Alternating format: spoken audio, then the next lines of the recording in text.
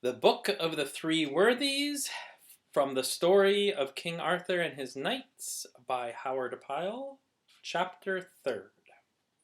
How Queen Morgana le Fay returned to Camelot and to the court with intent to do ill to King Arthur, and how King Arthur and others went a hunting, of what befell thereby. Now after Merlin had quitted the court with Vivien in that manner aforetold, Queen Morgana le Fay returned again to Camelot. There she came unto King Arthur, and kneeled before him, bowing her face with an appearance of great humility. And she said, Brother, I have meditated much upon these matters that have passed, and I perceive that I have done very ill to talk against thee as I have done, and to be so rebellious against thy royalty. Wherefore I crave of thee to forgive me my evil words and thoughts against thee. Then King Arthur was very much moved, and he came to Queen Morgana, and took her by the hand, and lifted her up upon her feet, and kissed her brow and her eyes, saying, My sister, I have no ill will against thee, but nothing but love for thee in my heart. And so Queen Morgana le Fay abode at the court in the same manner as she had aforetime done. For King Arthur believed that they were now reconciled. Now one day, Queen Morgana and the king fell into a friendly talk concerning Excalibur. And Queen Morgana le Fay expressed a very great desire to see that noble weapon more closely than she had yet done. And King Arthur said he would sometimes show it to her.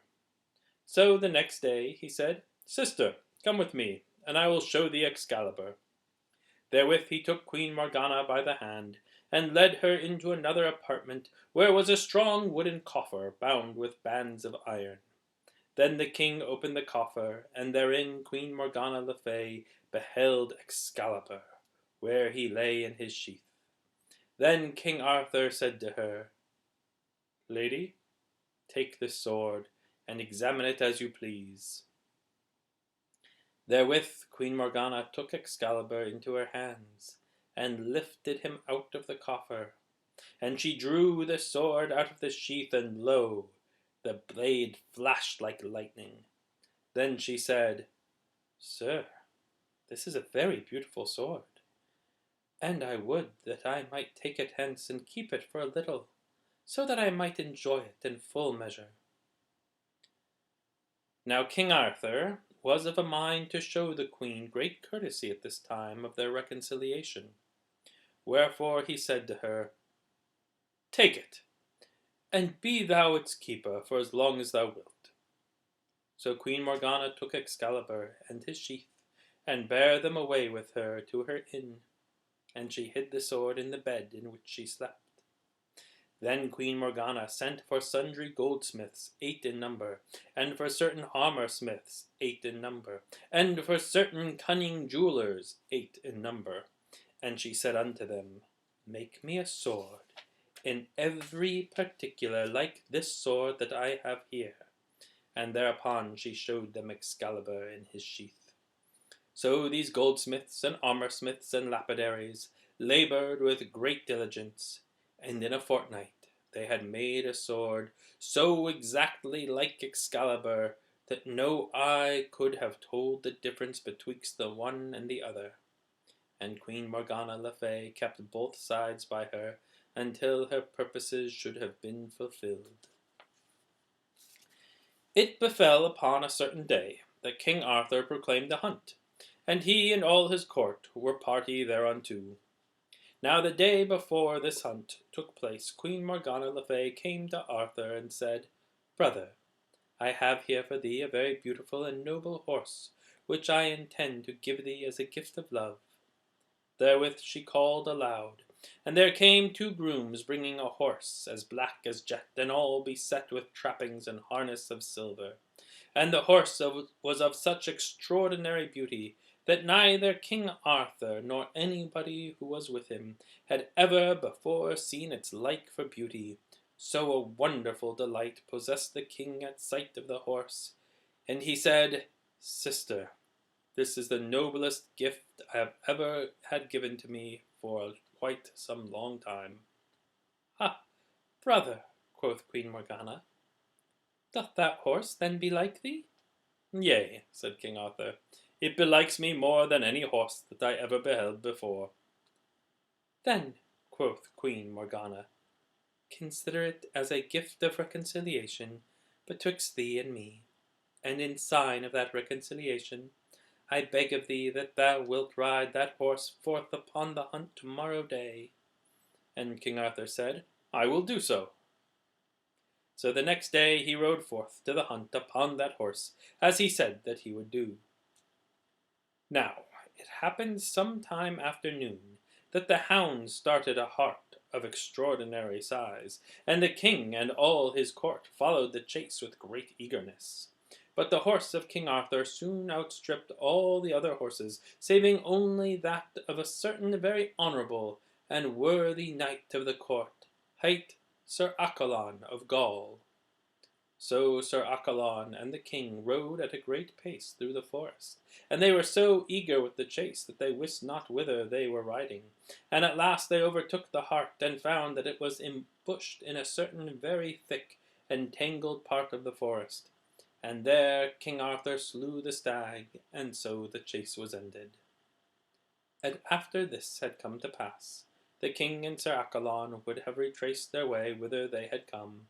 But in a little they perceived that they were lost in the mazes of the woodland, and wist not where they were. For they had followed the chase so far that they were in an altogether strange country. So they wandered hither and thither at great length until eventide, at which time they were oppressed with hunger and weariness. Then King Arthur said to Sir Accolon, "Messieurs, meseems we shall have nowhere to rest ourselves tonight, unless it be beneath a tree in this forest." To this Sir Accolon made reply, "Lord, if thou wilt follow my counsel, thou wilt let our horses seek their own way through this wilderness. So haply, because of the instinct of such creatures, they shall bring us unto some place of habitation." Now this advice appeared to be very good to King Arthur, wherefore he did as Sir Accolon advised, and let loose his bridle rein, and allowed his horse to travel as it listed. So King Arthur's horse went along a certain path, and Sir Accolon followed after the king. And they went a great pass in this wise, and the night was descending upon them in the forest. But before it was entirely dark, they emerged out of the forest, and into an open place, where they beheld before them a very wide estuary, as it were an inlet of the sea, and before them was a beach of sand, very smooth and white. And they too went down to that beach, and stood upon the shore, and they wist not what to do, for there was no habitation in sight in any direction. Now whiles they stood there a doubt, they suddenly perceived a ship at a very great distance away, and this ship approached where they were, sailing very rapidly. As the ship drew nigh to that place, they perceived that it was of a very strange and wonderful appearance, for it was painted in many diverse colours, very gaudy and brilliant, and the sails were all of cloth of silk woven in diverse colours, and embroidered with figures like to the figures of a tapestry. And King Arthur was very greatly amazed at the appearance of that ship. Now as they stood so watching that ship, they perceived that it drew nigher and nigher to that place where they were, and in a little it beached itself upon the shore of sand, not far from them. Then King Arthur said to Sir Accolon, "Sir, let us go forward to the shore, where we may look into this ship, for never did I see its like before in all my life. Wherefore I have a thought that maybe it is Fay." So the two went to where the ship was, and they stood upon the shore and looked down into it. And at first they thought that there was no one upon board of the ship, for it appeared to be altogether deserted. But as they stood there marvelling at the wonderfulness of that ship, and at the manner in which it had come thither, they beheld, of a sudden, that certain curtains that hung before an apartment at the farther extremity of the ship were parted asunder, and there came forth from that place 12 very beautiful damsels. Each of these was clad in a rich garment of scarlet satin, very bright and shining, and each wore round her head a circlet of gold, and each had many bracelets of gold upon her arms. These damsels came forward unto where the two knights were, and they said, Welcome, King Arthur, and welcome, Sir Accolon. At this King Arthur was very much astonished that they should know him, and he said, Fair ladies, how is this? Ye appear to know me very well, but I know ye not. Who are ye that know me and my companion, and call us by name? Unto this the chiefest of these damsels made reply, Sir, we are part Fay, and we know all about you, and we know how that ye have been following a very long chase, and we know that ye are aweary, a-hungered, and athirst. Wherefore we beseech ye that ye come aboard of this ship, and rest, and refresh yourselves with food and drink. Now this appeared to King Arthur to be a very belle adventure, wherefore he said to Sir Accolon, Sir, I have a great mind for to go aboard this ship, and to follow out this adventure. And Sir Accolon said, Lord, if thou goest, I will go also. So those ladies let fall a gangplank from the ship, and King Arthur and Sir Accolon drave their horses up the gangplank and aboard the ship, and immediately they did so, the ship withdrew itself from the sands, and sailed away as it had come, very swiftly. And it was now the early night time, with the moon very round and full in the sky, like to a disk of pure shining silver. Then those 12 damsels aided King Arthur and Sir Accolon to dismount, and some took their horses away, and others led them into a fair chamber at the end of the ship. And in this chamber King Arthur beheld that a table had been placed, as though for their entertainment, spread with a linen cloth, and set with a divers savoury meats, and with manchets of white bread, and with several different sorts of excellent wines. And at the sight King Arthur and Sir Accolon were very much rejoiced, for they were very greatly a-hungered. So they immediately sat themselves down at that table, and they ate and drank with great heartiness. And whiles they did so, some of those damsels served them with food, and others held them in pleasant discourse, and others made music upon lutes and citerns for their entertainment. So they feasted and made very merry. But after a while, a very great drowsiness of sleep began to descend upon King Arthur, albeit he deemed that the drowsiness had come upon him because of the weariness of the chase. So presently he said, Fair damsels, ye have refreshed us a very great deal, and this hath been a very pleasant adventure. But I would now that ye had a place for us to sleep. Unto this the chiefest of the damsels replied, Lord, this boat hath been prepared for your refreshment, wherefore all things have been made ready for you with entire fullness. Therewith some of those 12 damsels conducted King Arthur into a sleeping chamber that had been prepared for him, and others led Sir Accolon into another chamber prepared for him. And King Arthur marvelled at the beauty of this chamber, for he thought that he had never beheld a more excellently bedighted bedchamber than that one into which he had now entered. So King Arthur laid himself down with much comfort to his body, and straightway he fell into a deep and gentle sleep, without dream or disturbance of any sort. Now, when King Arthur awoke from that sleep, he was astonished beyond all measure, so that he wist not whether he was still asleep and dreaming, or whether he was awake. For lo, he lay upon a pallet, in a very dark and dismal chamber, all of stone, and he perceived that this chamber was a dungeon, and all about him he heard the sound of many voices and woeful complaint. Then King Arthur said to himself, Where is that ship in which I was last night? And what hath become of those ladies with whom I spake? Upon this he looked about him, and beheld. He saw that he was indeed in a dungeon, and that there were many knights and very sad estate all about him.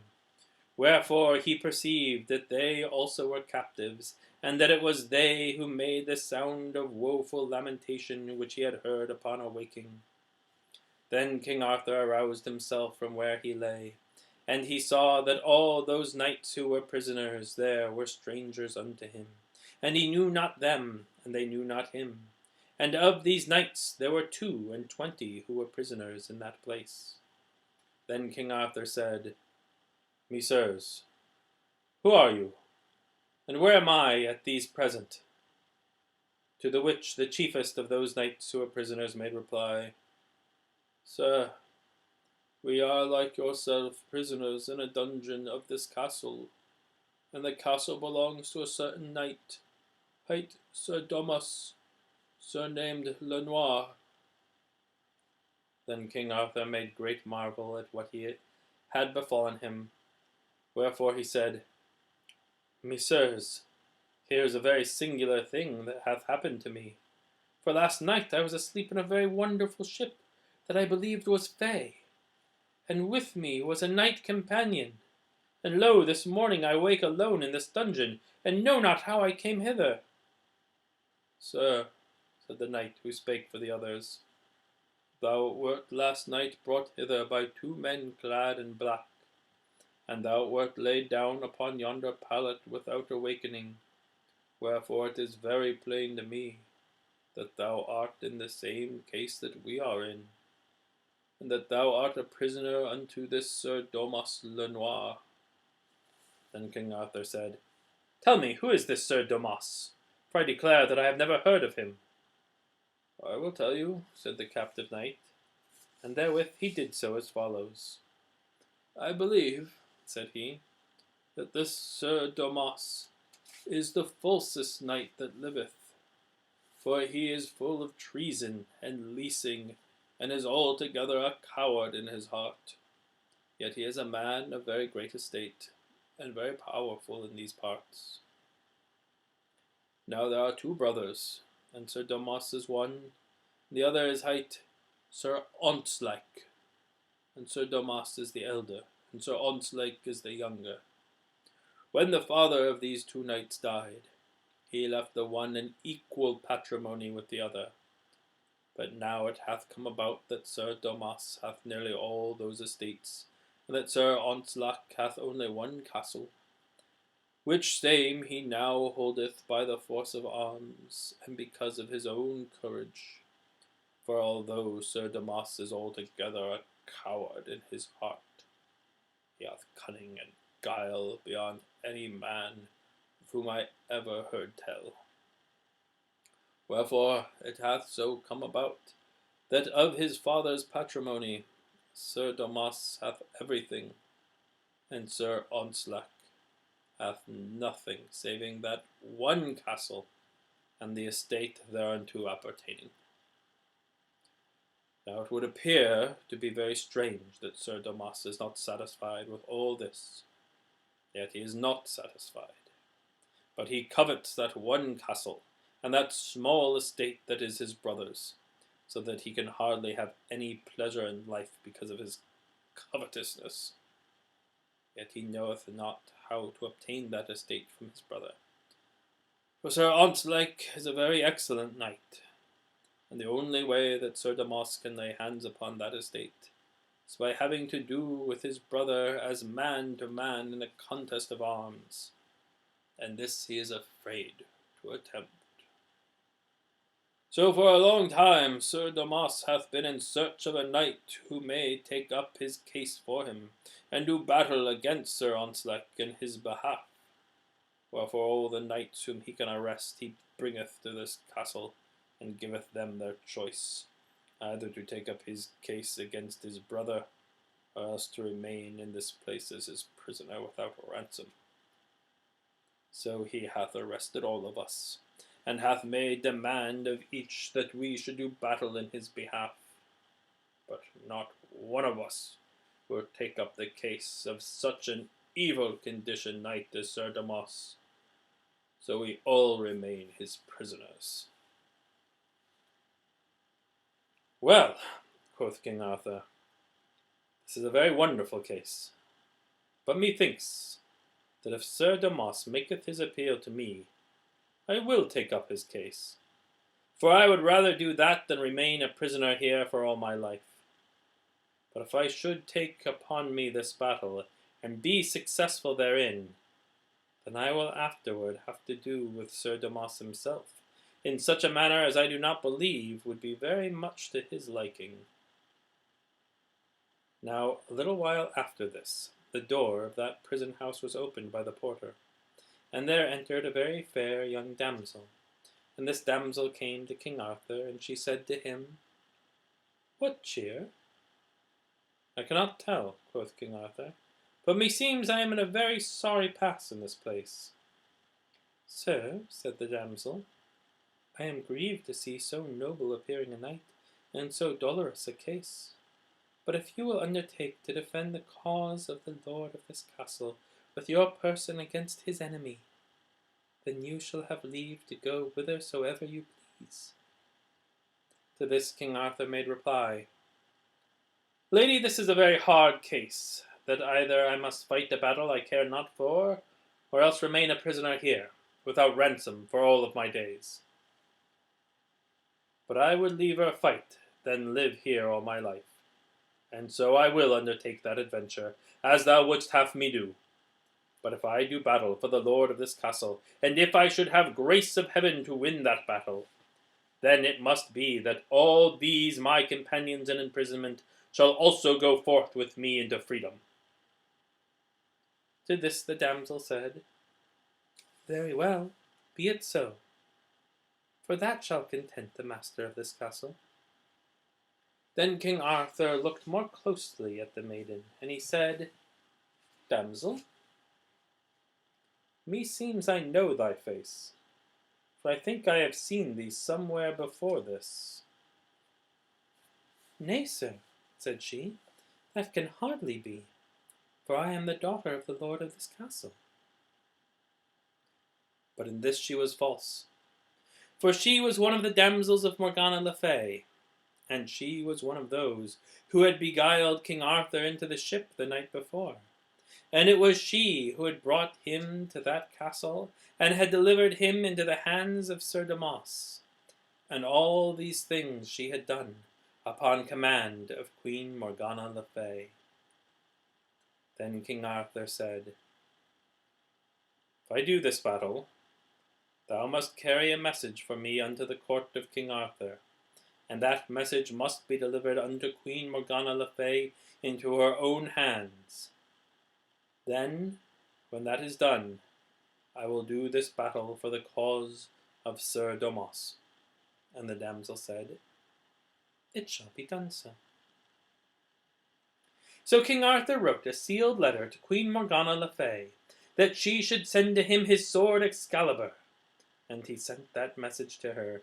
And when Queen Morgana received that letter, she laughed and said, "Very well, he shall have a sword that shall please his eye just as well as Excalibur."